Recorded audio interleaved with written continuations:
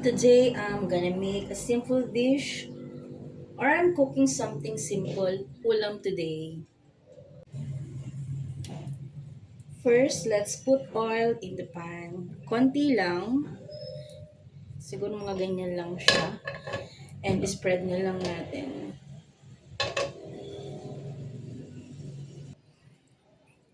And secondly, the garlic and onions I sliced earlier. Unahin natin yung garlic.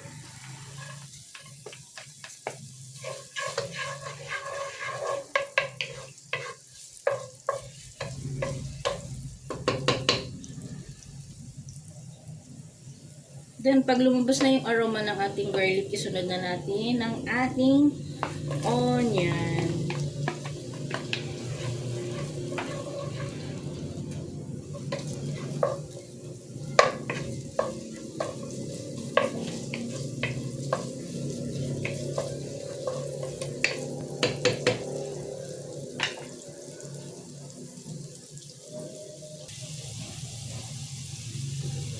Then, isunod na natin si tomato.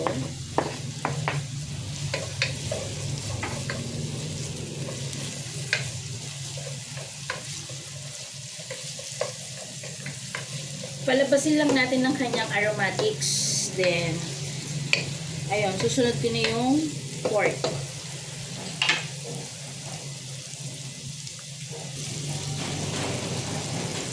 And now, let's put our meat.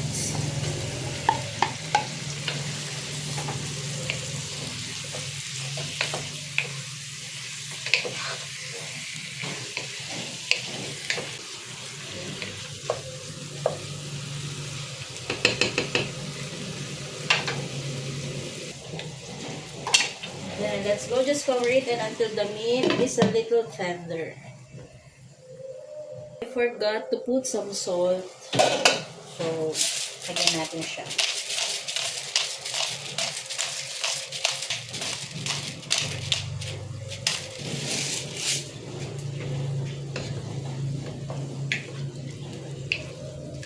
Oh!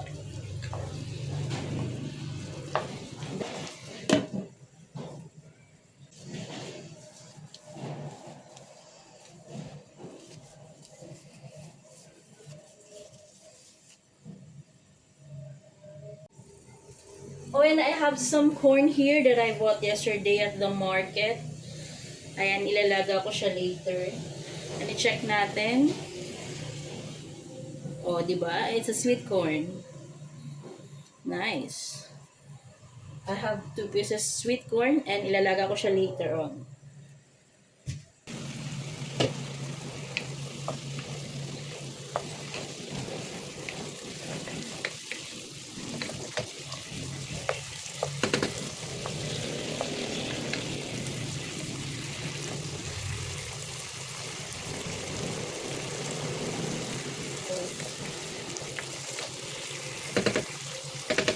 I think mga 10 minutes more or 5 minutes more.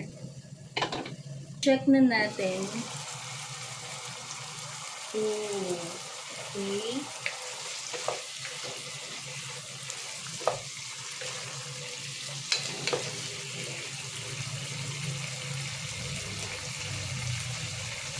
Actually, hindi siya ganun kalambot. See? Ang tigas niya pa.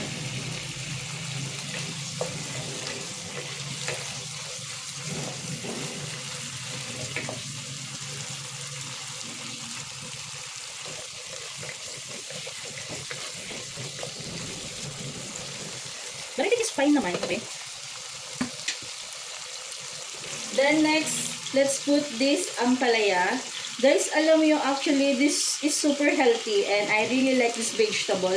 Even you call it mapait, gustong-gusto ko talaga to. Ayan. And actually earlier, I soak it in the water with salt. So, napigaan ko na siya and ready na siyang ilaglag sa ating ginigisa. Okay.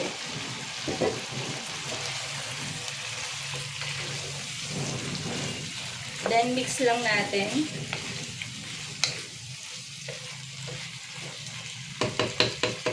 Oh, I forgot. Yung ating pepper, ilalagay natin. Okay?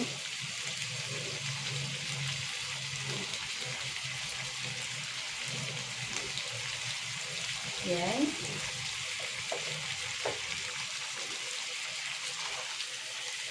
And mix. Huwag natin masyadong i-overmix. Yung tamang halo lang, ganyan.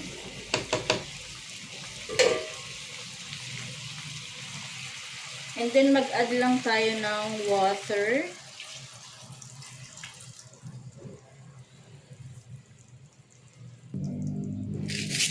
Then, mag-add lang ulit tayo ng salt. Kapag medyo maalat siya, pwede natin siyang lagyan ng konting asukal. Ayun yung sekreto ko talaga sa ampalaya. Naglalagay ako ng konting sugar. Then, takpan lang natin ulit. Later, we'll put these 3 eggs. Yan. Babatihin natin siya or beat natin. Maglalagay na ako ng salt dito para may lasa na rin tong egg.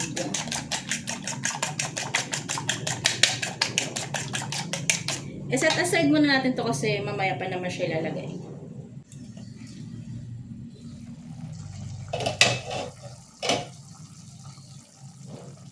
May mga taong nag-ask sa akin kung ano daw yung thought process ko to the people who lack self-accountability.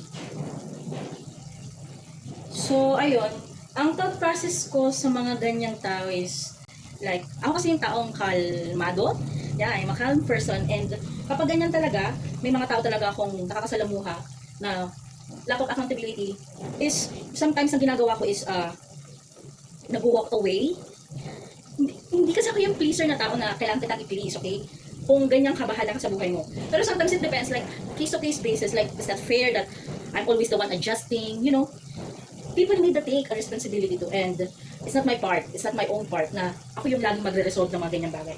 So, kadalasan, ang ginagawa ko is nag-walk away ako and distance. Yun yung aking thought process sa mga ganyan. And, ayun, sa nag-message sa akin yan, ang ganda ng tanong mo ha, kasi madami talaga akong nakakasalamuhan takong mga ganyan, okay?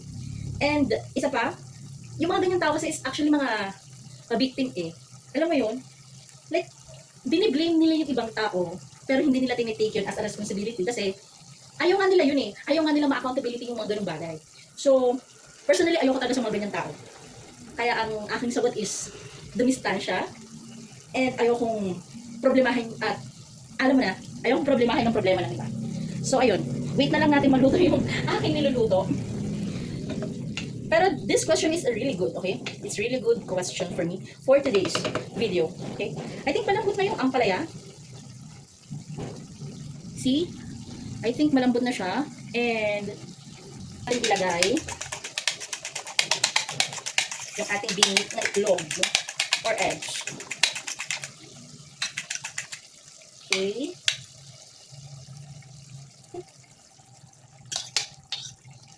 Guys, napaka-simple ng recipe na to ha. Pero napaka-healthy.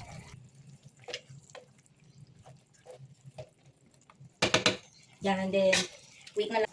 Then, ito na yung sinasabi ko na naglalagay ako ng sugar. Konti lang naman.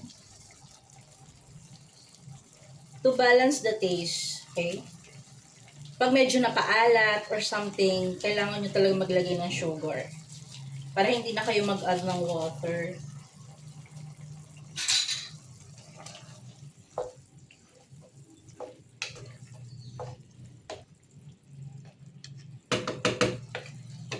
I think 5 minutes, okay na to.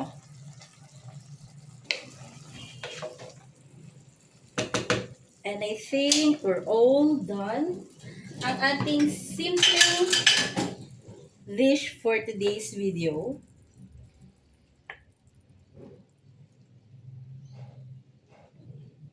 Oh my God. The smell is good. This is healthy, okay? By the way, hindi na ako naglagay ng mga kahit anong magic sarap or something na pampalasa. Kasi, nagbabagong buhay na ako. Ayan.